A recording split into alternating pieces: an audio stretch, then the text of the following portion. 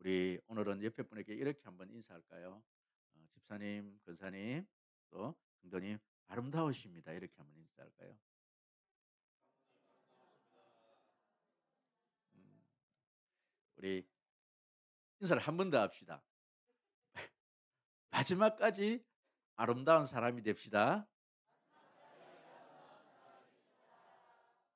음, 오늘 설교 제목이 모세의 마지막에 아름다운 이유, 아름다움이기 때문에 제가 그런 인사를 하게끔 했습니다. 오늘은 2024년의 마지막 주일인 송년주일입니다. 매년 매번 연말이 될 때마다 느껴지지만 정말 세월이 빠르다는 생각이 드시지요. 살같이 빠르다는 표현이 참 부족할 정도입니다. 장문에 보면 배틀의 붓과 같이 이 세월이 빠르다 그렇게 예, 설명을 했고요. 또 요즘 들어서는 참 이 세월을 두고 총알같이 빠르다 그렇게 이야기를 합니다. 그 표현이 정말 마음에 와 닿는 것 같습니다. 그렇습니다. 2024년도를 시작한 지 정말 엊그제 같은데 벌써 이제 이틀밖에 남지 않았습니다. 이렇게 세월이 빨리 흘러가다 보면 1년이 끝나는 것처럼 우리 인생이 언젠가 끝나겠지 하는 생각이 듭니다. 그리고 저절로 마음에 옷깃이 여며집니다. 여러분 왜 연도수가 이렇게 중요하고 연말 연시가 이렇게 중요할까요? 연도가 바뀐다고 해서 하루아침에 뭔가 달라지는 것이 없습니다. 올해 뜬 이 해는요. 내년에 예년이 되면 그대로 변함없이 해는 뜰 것입니다. 그럼에도 불구하고 사람들은 이 연도수가 바뀌는 것을 굉장히 중요하게 생각을 합니다.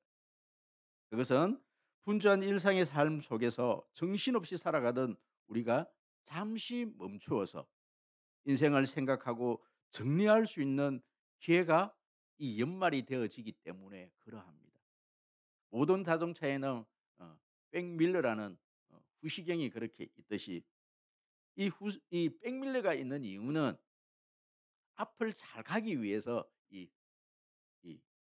길을 돌아보는 그 거울이 있는 것이죠. 이 거울은 잠시 잠깐 이렇게 보는 것이지 늘 백밀러만 보고서 우리가 운전을 할 수가 없는 것입니다.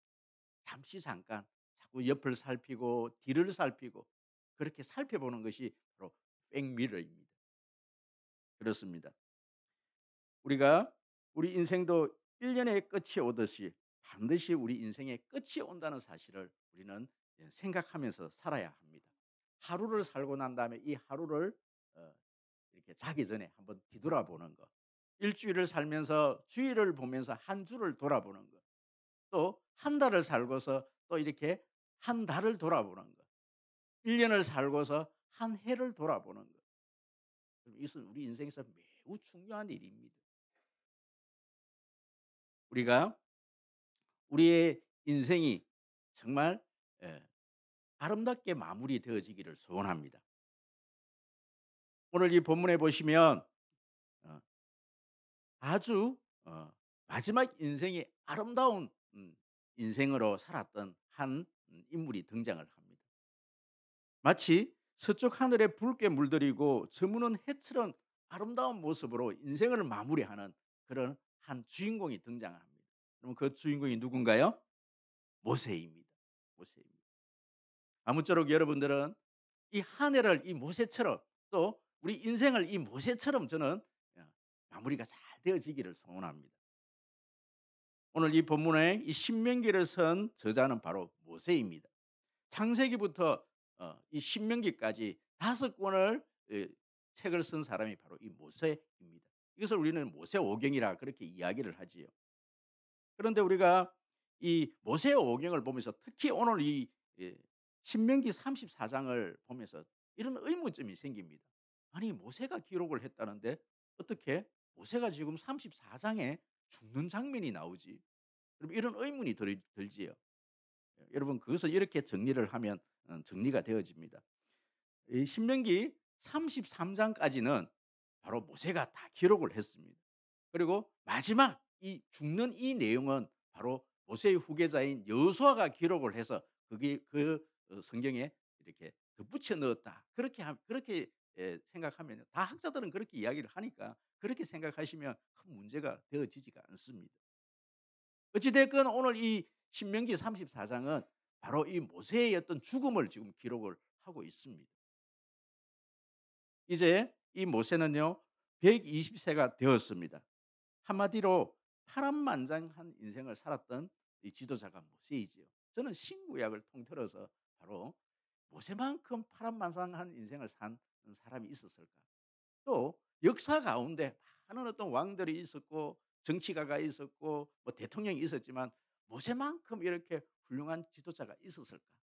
저는 모세가 참 훌륭한 지도자, 위대한 지도자라고 생각합니다. 모세가 더 위대한 것은요. 이 모세가 이 죽음을 맞이하는 것을 보면 참 이 모세는 참 훌륭한 지도자다. 그렇게 여겨집니다. 저는 오늘 이 모세의 이 마지막이 아름다운 이유에 대해서 몇 가지를 살펴보면서 저와 여러분들의 인생이 참 이러한 인생이 되었으면 좋겠다. 그렇게 여겨집니다. 모세 같은 아름다운 마무리를 잘하시는 여러분 되시기를 주의 이름으로 다시 한 번 더 축원드립니다. 모세의 마지막이 이처럼 아름다운 이유 첫 번째는 바로 이 모세는 사명을 온전히 완수했기 때문에 그렇습니다. 맡겨진 사명을 완수하고 또 이 자신의 인생을 마무리하는 이 인생이 참 아름다운 인생입니다. 그는 약속의 땅 가나안 땅을 목전에 두고 그것도 하나님께서 들어가지 못하게 하셨습니다. 신명기 34장 4절 우리 한번 다시 한번 더 읽어 볼까요? 34장 요 앞에 나와 있습니다. 다 같이 시작. 여호와께서 그에게 이르시되 이는 내가 아브라함과 이삭과 야곱에게 맹세하여 그의 후손에게 주리라 한 땅이라 내가 내 눈으로 보게 하였거니와 너는 거리로 들어가지 못하리라 하시매. 여러분 1 절에서 3 절까지 보시면요. 하나님께서 이 모세에게 이 느보산 그것도 비스간 이 느보산은 이 아바림 쪽에 있는 어떤 산맥에 있는 산인데 바로 이 비스가라는 것은 산 꼭대기를 얘기합니다. 산 꼭대기에 올려 이 모세를 올라가게 해서 가나안 땅을 다 보게 하시는 거예요. 다 보게만 하고 하나님께서는 이 4 절에서 뭐라고 말씀하십니까? "너는 들어가지는 못하 예? 건너가지는 못하고 너는 여기서 죽을 것이다." 이렇게 이야기를 하는 거예요. 지금 참 모세가 참 섭섭할 것 같아요. 모세가 너무너무 섭섭할 것 같아요. 참 이때까지 내가 얼마나 많은 고생을 했는데 출애굽부터 시작해서 아니요 그 전 삶을 보면 광야에서 또 하나님께서 40년 동안 미디안 광야에서 그렇게 살게 하셨지 않습니까? 광야에서 80년 인생을 보낸 거예요. 생각해 보면 이 바로의 공주의 아들로서 그렇게 왕자로 살아 인생은 40 년밖에 되어지지 않았습니다. 인생의 4 분의 1을 광야에서 그렇게 보냈는데 그것도 평생 이 저 가나안 땅에 들어갈 것이라는 어떤 그 희망으로 그렇게 살았는데 그걸 못하게 하시는 거예요. 여러분 그렇습니다. 그 이유에 대해서는 이 성경 본문에서도 어 이 이렇게 말씀을 하시죠. 어 민수기 20 장에 보면 저는 이 모세가 이 가나안 땅에 들어가지 못했던 이유 저는 두 가지를 표면적 이유와 또 내면적 실제적인 이유 두 가지로 한번 나누어 보았습니다. 표면적 이유는 바로 이거지요. 머리바 사건. 백성들이 물이 없다고 불평을 할 때 하도 화가 나서 혈기를 잠시 부렸던 것. 하나님께서 지팡이를 들고 반석을 향해서 그렇게 명령해서 반석에서 물을 내라고 했는데 모세가 좀 화가 나서 반석을 좀 홧김에 한 두 번 쳤던 거. 근데 직접적으로 하나님께서는 그것을 이유로 들으셔요.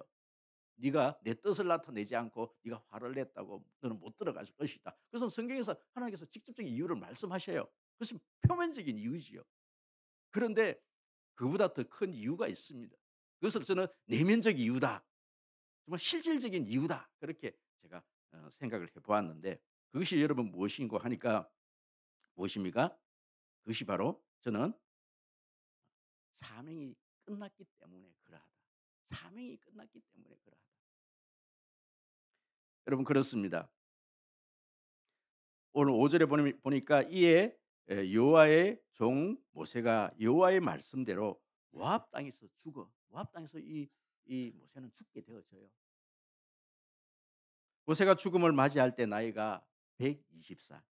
오늘 7 절에 보니까 우리 7절 다시 한번 더 읽어 볼까요? 7절 다 같이 시작. 모세가 죽을 때에 나이 120 세였으나 그의 눈이 흐리지 아니하였고 기력이 쇠하지 아니하였더라. 그럼 이 말씀이 무슨 뜻입니까? 아직 죽을 때가 멀었다는 거예요. 육체적으로는 아직 죽을 나이가 아니었다는 거예요. 육체적으로는 건강하다는 말씀이에요. 육체적으로 건강한데 왜 죽어요? 보통 사람은 기력이 다 쇠해서 죽는데 육체적으로 건강한데 이것은 하나님께서 데려가셨다는 거예요. 사명이 끝났다라는 이런 말씀입니다. 사명이 다해서 하나님이 부르셨다라는 그런 말씀입니다. 모세가 자신의 사명이 끝났다는 사실을 알고 하나님께서 이 모세에게 후계자를 세워라. 그러니까 이 모세는요. 아무 어떤 그런 어떤 이유도 변명도 되지 않고 후계자를 세워요. 참 모세 저는 참 억울할 것 같습니다. 아니 하나님 그럴 수가 있습니까? 그럴 수가 있습니까? 나 아직 건강한데요. 나 일 좀 더 할 수 있는데요. 이렇게 변명을 내려놓을 수도 있지만 모세는 그렇지 않고 하나님의 뜻을 그대로 받아들여서 그 죽음을 그대로 맞이한다라는 것이지요. 그렇습니다. 지금 모세는 이처럼 모든 사명을 다 마치고 하나님의 부르심에 의해서 그렇게 천국으로 지금 들어간 것입니다. 작년에 청소년 R2C 캠프 강사로 김현철 목사님이라는 분이 와서 강의를 하시면 제가 그분을 이제 이렇게 태워서 김천역에서 이렇게 모시고 이제 이렇게 우리 캠프장으로 가는데 이분이 이제 이런저런 말씀을 하시면서 이 모세와 여호수아 말씀을 하시는 거예요. 그래서 그분이 하시는 말씀이 뭐냐면은 아 참 하나님은 하나님은 여호수아를 세울 수밖에 없었다. 왜 그런가 하니 이 모세는 광야 80 년의 광야를 살면서 40년 동안 광야 동안에 이스라엘 백성들을 인도하는 가운데 모세는 이 광야밖에 모른다라는 거예요. 광야에서 훈련을 받았고 이 모세는 가나안 땅에 대해서 알고 있는 지식이 아무것도 없다라는 거예요. 그런데 여호수아는 12 명의 정탐꾼으로 가서 이 가나안 땅을 다 정탐을 했고 이 여호수아는 이 이 광야 생활 가운데에서도 전쟁을 직접적으로 치렀던 사람이 모세가 아니고 여호수아라는 거예요. 가나안 땅에서 만약에 모세가 이 이스라엘 백성들을 이끌었다라면 이 가나안 땅을 모를 뿐만 아니라 이 모세는 한 번도 전쟁을 치러 본 경험이 없다라는 거예요. 그래서 모세는 안 된다라는 거예요. 마땅히 여호수아여야 된다는 거예요. 그럼 우리가 흔히 생각하기에 그 지도력이나 어떤 모세의 역량을 보면 충분히 될 것 같은데 하나님 보시기에는 모세의 사명은 끝이 났다라는 것이죠. 끝이 났다라는 거. 그렇게 탁월했지만 그렇게 위대했지만 하나님 보시기에 그 사명이 끝이 났다라는 거예요. 여러분 보십시오. 몽골에 안경갑 선교사님이시라는 분이 계십니다. 이분은 몽골 땅에 처음 우리나라 태극기를 꽂으신 분이십니다. 몽골 선교의 아버지십니다. 저는 이분 때문에 안경갑 선교사님 이분 때문에 제가 목회의 길을 가게 되었습니다. 그 어떤 뭐 설명에 대해서는 예전에 제가 한번 드렸던 걸로 기억이 납니다. 이 안경갑 선교사님이 안식년이 되어서 한국에 그렇게 들어오셨습니다. 그때 이제 마산에서 저를 처음 만났는데 이분이 이렇게 안식년에 건강검진을 했는데 그 건강검진에서 암 선고를 받았는데 석 달을 못 사신다는 진단을 받으신 거예요. 그런데 이 안경갑 선교사님이 석 달을 못 산다는 이 의사로부터 그 진단을 받고 '아 내가 죽을 바에는 나는 내가 이렇게 선교하던 그 선교지에서 죽겠다.' 그리고 이분이 이 몽골로 다시 들어가셨어요. 그런데 1 년이 지나고 2 년이 지났는데도 이분이 돌아가셨다는 어떤 그런 어떤 연락이 안 오는 거예요. 우리는 계속해서 기도만 하고 있었어요. 그런데 몇 년이 지나서 이 선교사님이 다시 한국으로 들어오셨어요. 그리고 난 다음에 병원에서 다시 그 검사하는 곳에서 암 이렇게 진단을 받았는데 깨끗이 나았다라는 거예요. 그분이 그 진단을 받고 저에게 하신 말씀이 뭐냐면 저에게 이런 이야기를 하셨어요.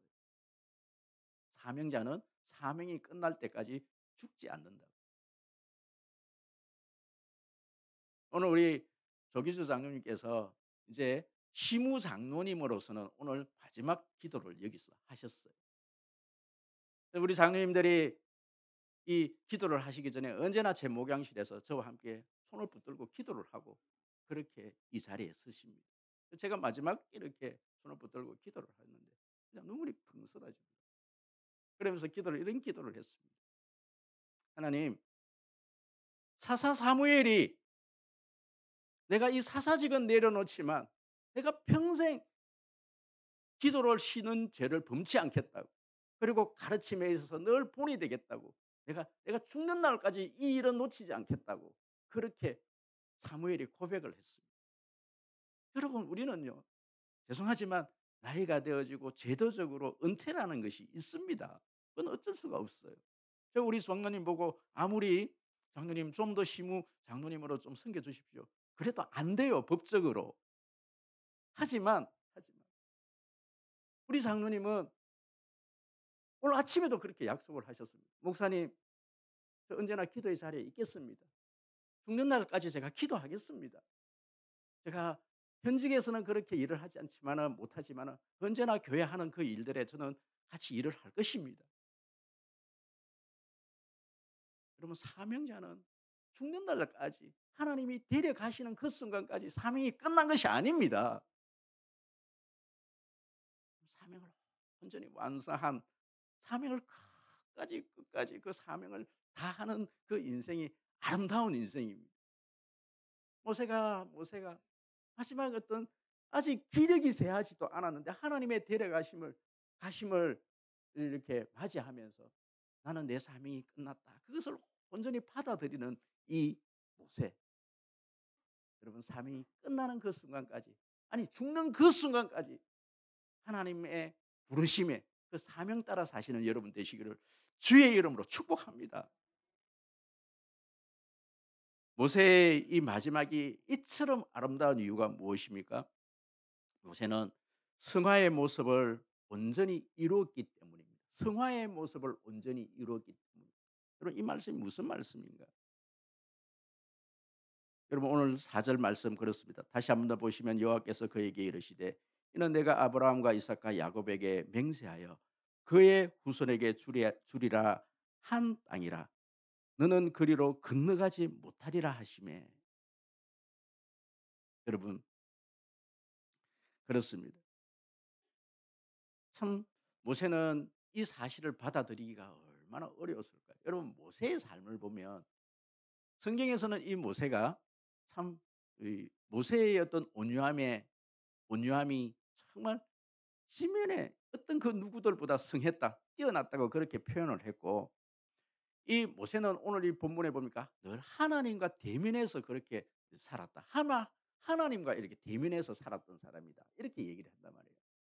근데 모세를 한번 보십시오. 모세의 어떤 인생의 어떤 젊은 시절의 모세를 보시면 여러분 모세가 온유한 사람입니까? 여러분 모세가 얼마나 성격이요. 급하고 막 와일드하고 뭐 이런지 사람을 옆에서 싸운다고 다른 사람을 그냥 주먹으로 한 방 이렇게 쳐서 죽였던 사람입니다. 모세 보통 사람이 아니에요. 모세 보통 사람이 아닙니다. 그 성격에 있어서. 그래서 40년 동안 그렇게 원망을 다 들으면서 화를 내면서 이 어떤 이게 그렇게 잘 참다가 한 번 그렇게 다 죽은 줄 알았는데 자기의 어떤 모난 성격이 다 죽은 줄 알았는데 모세가 한 번 이렇게 드러낸 거예요. 이게 불쑥 나타난 겁니다. 그럼 다 죽은 줄 알았는데 자신의 어떤 그 성품이 그 못난 성격, 모난 성격이 다 죽은 줄 알았는데 그 광야에서 한번 드러난 거예요. 여러분 불쑥불쑥 자신의 모습이 자신의 옛 자아가 쑥쑥 드러나는 거예요. 모세는 딱 한 번 드러냈지만 여러분 우리는 모세가 아니지 않습니까?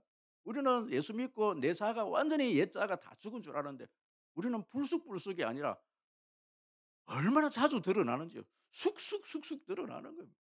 심심하면 드러나는 겁니다.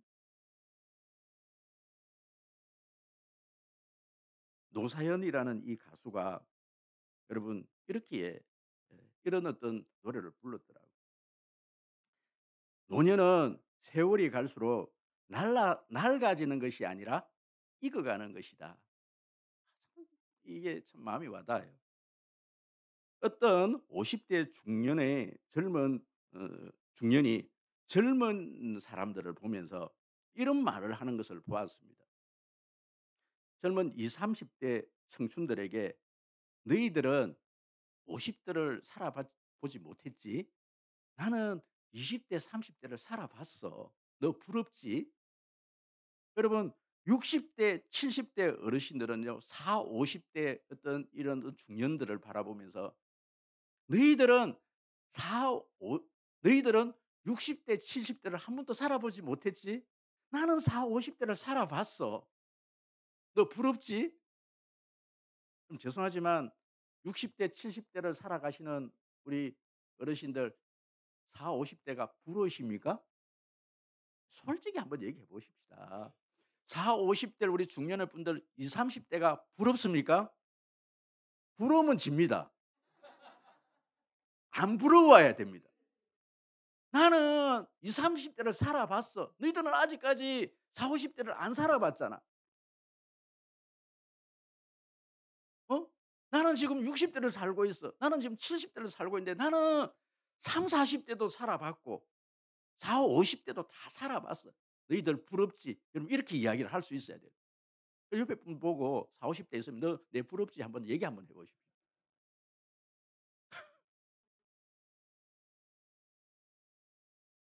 그냥 부러우면 죽는 겁니다.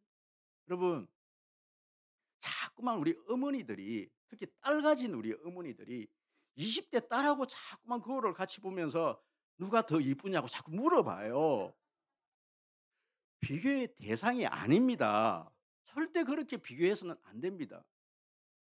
여러분 가만 보니까 저도 가만히 보니까 제 20대 사진을 보니까요. 너무 멋있더라고요. 제 아들보다 제가 훨씬 더 멋있었더라고요. 여러분 그런데 여러분 나이가 들면은 자동적으로 자연스럽게 우리가 주름이 생기지 않습니까? "너 아직 주름 없지?" 그럼 이렇게 얘기할 수 있어야 되는 거예요. 그럼 그 주름이 부끄러운 것이 아니고 그 주름이 여유가 되어져야 합니다. 그 깊이 패인 그 주름에 우리 인생이 그 속에 다 담겨져 있는 겁니다. 우리는 지금 무르익어 있는 것입니다. 여러분 그렇지 않습니까? 우리 젊은이들을 보면 한없이 어설프고 한없이 이렇게 좀 부족해 보여도 우리가 그러했단 말씀이죠. 이것을 보고서 우리 어른들이 이렇게 고개를 이렇게 끄덕이면서 '아 나도 저랬었지. 그래 너희들도 나처럼 나중에 익어가면 너희들도 너희들도 언젠가는 그 밑에 세대를 또 이해할 수 있는 그 세대가 될 거야.'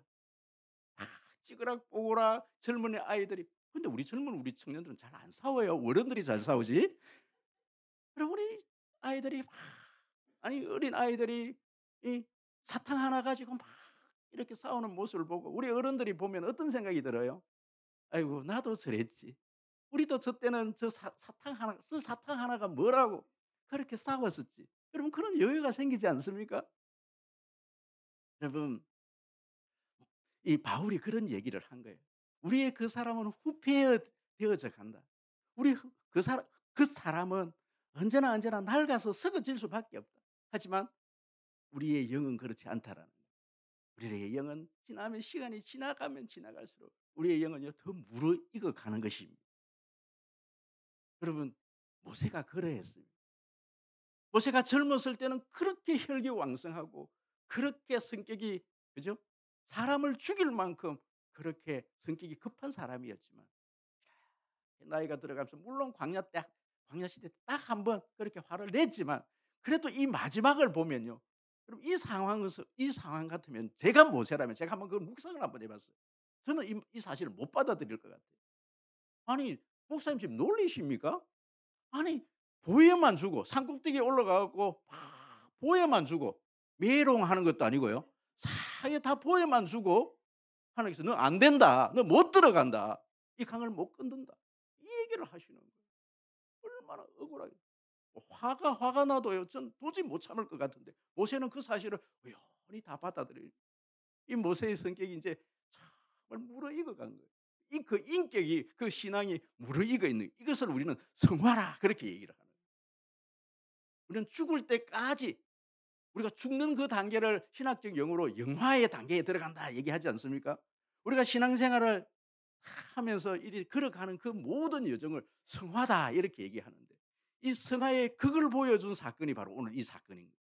모세가 그걸 받아들이는 그 죽음을 의연히 받아들이는 그 가나안 땅에 들어가지 못한다는 그 사실을 그대로 받아들이는 거예요. 후계자들 세우는 거예요.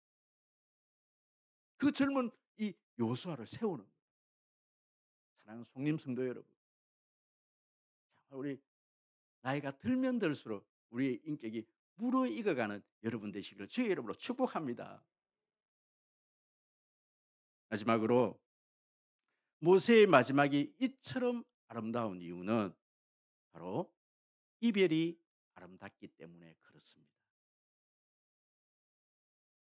여러분 모세가 떠날 때에 그리고 떠난 후에 어떤 일이 일어났는지 오늘 본문은 우리에게 이 이야기를 설명하고 있다는 사실입니다. 백성들이 얼마나 슬피 울었는지 애도를 했는지 모릅니다. 우리 8절 한번 큰 소리로 한번 읽어 볼까요? 다 같이 시작. 모세를 위하여 애곡하는 기간이 끝나도록 모세를 위하여 30일을 애곡하니라. 아멘 아멘. 여러분 모세와 이스라엘 이 백성들의 광야 사십 년을 한번 더듬어 보십시오.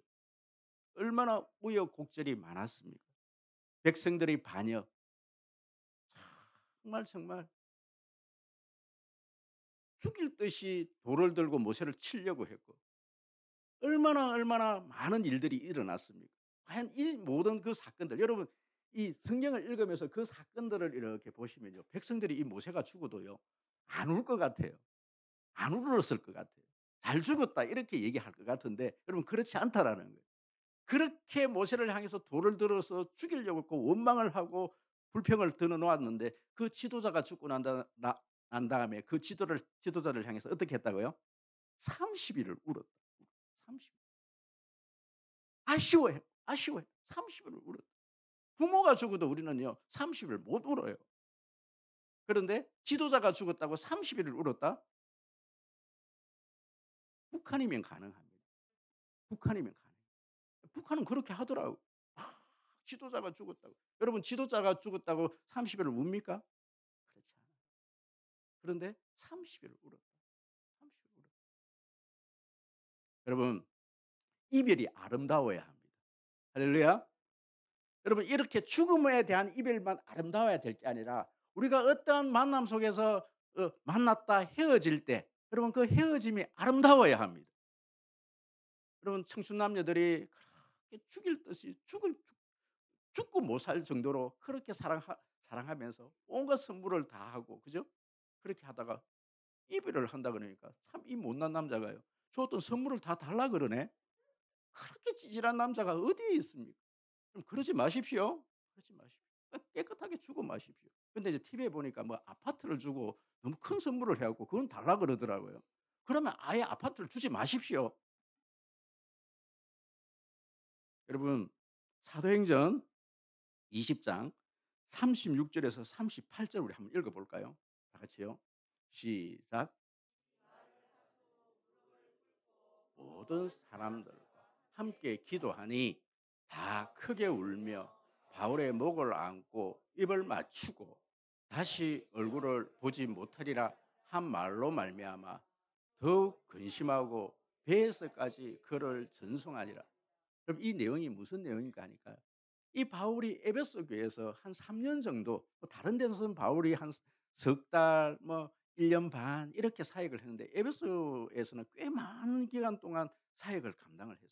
그래서 에베소 교회를 세우고 그것을 디모데에게 맡기고 그래서 이제 '내 사역은 여기서 끝났다.' 이러고 이제 바울이 항구에 나와서 이제 배를 타고 가려고 그러는데 거기에 있는 에베소 교회 장로들이 와 갖고 바울을 향해서 눈물을 흘리면서 포옹을 하고 입을 맞추고 이별하는 장면이 오늘 본문의 내용입니다. 여러분, 죽음만 이별 아닙니다. 우리가 어떤 공간 속에서 어떤 상황 속에서 함께했던 사람과 이별할 수도 있는 거예요. 그랬을 때 그럼 이런 어떤 이별이 아름다운 것 아니겠습니까? 수고했다. 정말 수고했다. 사역을 다 마치고 나는 이제 이 에베소에 못 오지만 내가 언제 볼지 모르겠지만 다음에 보자. 그러고 이별을 할 때 장로들이 다 눈물을 흘리면서 바울을 포옹을 하면서 이별을 해주는 장면이 제가 이 모습을 보면서 야, 나도 그랬으면 좋겠다. 내가 이렇게 사역을 마치고 이 성림교회를 떠난 날 우리 장로님들이 나를 향해서 이렇게 안아주면서 눈물 흘려주시는 장로님, 그 장로님 되실런지 모르겠네요. 그랬으면 좋겠다. 그러니까 내가 이 설교를 또 이렇게 하면 목사님 언제 가십니까? 또 이렇게 또 질문하시는 분이 있어요. 언젠가는 가시겠지요. 언젠가는 이 교회에서 사역이 마치지겠지요. 그때 이런 관계였으면 좋겠다. 여러분, 이별이 아름다운 어머니 한 어머니의 편지를 여러분들에게 소개를 해 드리려고 합니다. 제가 이 설교를 준비하면서 짧은 어 짧은 편지글 유언 하나를 읽으면서 제가 정말 얼마나 울었는지 몰라요. 광주에 살았던 난소암 1년 투병 끝에 돌아가신 향년 78세 노모 이야기입니다. 40대 남편을 사별하고 자식들을 키워서 그렇게 키우다가 이제 죽기 전에 14 줄의 유서 이 편지를 남겼는데 그 편지의 내용이 이러합니다. 제가 한번 읽어 드리도록 하겠습니다. 자녀들이 내 자식이었음이 고마웠다. 자네들이 나를 돌봐 줌이 고마웠네. 자네들이 세상에 태어나는 나를 음이라고 불러주고 젖 물려 배부르며 나를 바라본 눈길에 참 행복했다네. 병들어 하나님이 부르실 때 곱게 갈 수 있게 곁에 있어 줘서 정말로 고맙네. 제 앞이 일어 세상 무너져 험한 세상 속을 버틸 수 있게 해 줌도 자네들이었네. 자네들이 있어서 잘 살았고 자네들이 있어서 열심히 살았네. 딸아이야 만mel이 맏딸 노릇 버거웠지. 큰애야 맞이 노릇 하느라 힘들었지. 둘째야 일찍 어미 곁 떠나 홀로 서느라 힘들었지. 막내야 어미젖이 시원치 않았음에도 공부하느라 힘들었지. 고맙다 사랑한다. 그리고 천국에서 꼭 다시 만나자. 2017년 12월 어미가 제가 이 글을 읽으면서 내가 정말 죽는 그날 내가 아이들에게 유서를 쓰면서 제가 정말 이렇게 아이들에게 정말 고마웠다. 제가 우리 성림 성도들에게 정말 고마웠습니다. 제가 이런 편지를 쓸 수 있었으면 참 좋겠다. 그러면서 제가 이 글을 읽는데 정말 가슴이 너무 점이 오더라고요. 여러분, 얼마 전에 우리 어느 집사님이 참 아들 딸들에게 이렇게 생일 이렇게 식사 대접을 받으면서 저를 초대를 하셨어요. 그러면서 이런저런 이야기를 하고 또 이렇게 고맙다 했는데 이제 그 이후에 아들이 저한테 이런 장문의 어떤 어, 이런 카톡에 문자가 왔어요. 목사님 너무 감사합니다. 저는 저희 아버지가 저희들에게 미안하다라는 말씀을 저번 설에도 해주셨고 이번 이 생일 잔치에서도 그 말씀을 저희들에게 해주셨는데 너무너무나 감사합니다. 총림교회 감사하고 목사님께 감사합니다. 여러분 다른 부모님들도요. 여러분 우리 자식들에게 제가 이번에 이렇게 그거 말고도 다른 분들에게 그렇게 얘기를 했어요. 자녀들에게 고맙다 한번 얘기해. 이 연말이 가기 전에 사랑한다, 고맙다. 우리 인사 한번 하자고. 올 한 해도 수고했다. 얘야 잘 살아줘서 고맙다. 여러분 자녀들에게 혹시 미안한 일이 있으면요. "얘야 그때 그것 때문에 상처 많이 받았지. 미안해." 여러분 아내에게 남편에게 그럼 지난 이 한 해를 지나면서 그럼 미안한 일이 있지 않습니까? 그런데 이 해가 지나기 가기 전에 "여보 미안해. 내가 그때 좀 내가 좀 과해서." 이 말하기가 왜 그렇게 어려운지, 왜 그렇게 어려운지. 우리 성도님들 사이에서 "아 그때 그랬지. 그때는 내가 왜 그랬는지 모르겠어. 미안했어." 여러분 이 얘기가 왜 그렇게 하기가 힘든지. 여러분 2024년 올해가 다 가기 전에 올해에 있었던 일들에 대해서는요. 여러분 "미안해.